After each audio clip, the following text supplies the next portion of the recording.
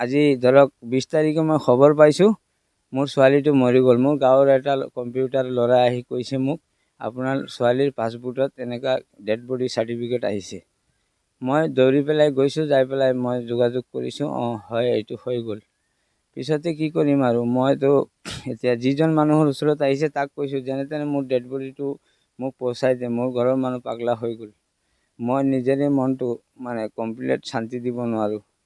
গতিকে আপোনালোকে ৰাইজে আৰু চৰকাৰে যি ব্যৱস্থা লয় মই সেইটোকে চাই আছোঁ। আৰু মোৰ এইটো মানে চৰকাৰে অনুৰোধ জনাইছোঁ যে সি অনবিচাৰ কৰি পেলাই মই দুখীয়া মানুহ, মই নিৰসহায় মানুহ, মই একো কৰিব নোৱাৰিছোঁ তাক, সি মোৰ ছোৱালীটো মাৰি দিলে।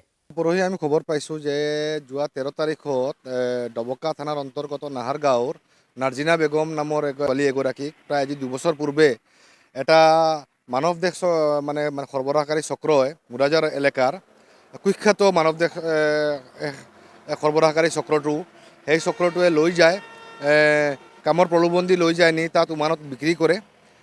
বিক্ৰী কৰাৰ পিছত অকথ্য নিৰ্যাতন কৰি এই যুৱতীগৰাকীক বাংলাদেশী যুৱক আৰু অন্যান্য যুৱক যুৱকৰ লগত মিলি যুৱতীগৰাকীক যোৱা 13 তাৰিখক হত্যা কৰা হৈছে বুলি আমি পৰিয়ালৰ লোকে আমাক জনাইছে। আৰু ইতিমধ্যে পৰিয়ালৰ লোকে খবৰো পাইছে, কিন্তু পৰিয়ালটো ইমানেই আৰ্থিকভাৱে দুৰ্বল যে ডেড বডিটো যাতে তেখেতসকলে যে সংগ্ৰহ কৰিব সেইটোতো অপাৰগ।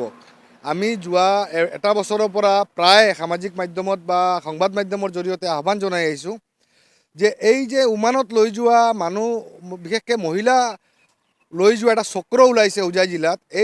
এই হোজাই জিলাৰ চক্ৰটোৱে বিভিন্ন মহিলাক প্ৰলোভন দি উমানত লৈ যায় আৰু উমানত লৈ যোৱাৰ পিছত দেখা যায় যে মহিলাসকলক অকথ্যভাৱে নিৰ্যাতন কৰা হয়। আৰু নিৰ্যাতনৰ ফলত সেই মহিলাসকলে বিভিন্ন সময় সামাজিক মাধ্যমত তেখেতসকলক উদ্ধাৰৰ বাবে আহ্বান জনায়। আৰু ভাৰত চৰকাৰে বা বিভিন্ন দল সংগঠনে বিশেষ তৎপৰতাৰে সেই মহিলাসকলক উদ্ধাৰ কৰিবলৈ সক্ষম হয় যদিও আজিও বহু যুৱতী উমানত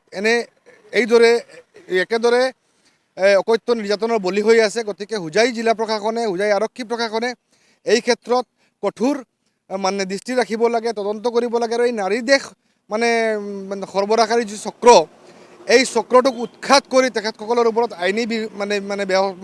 আইনী ব্যৱস্থা ল'ব লাগে।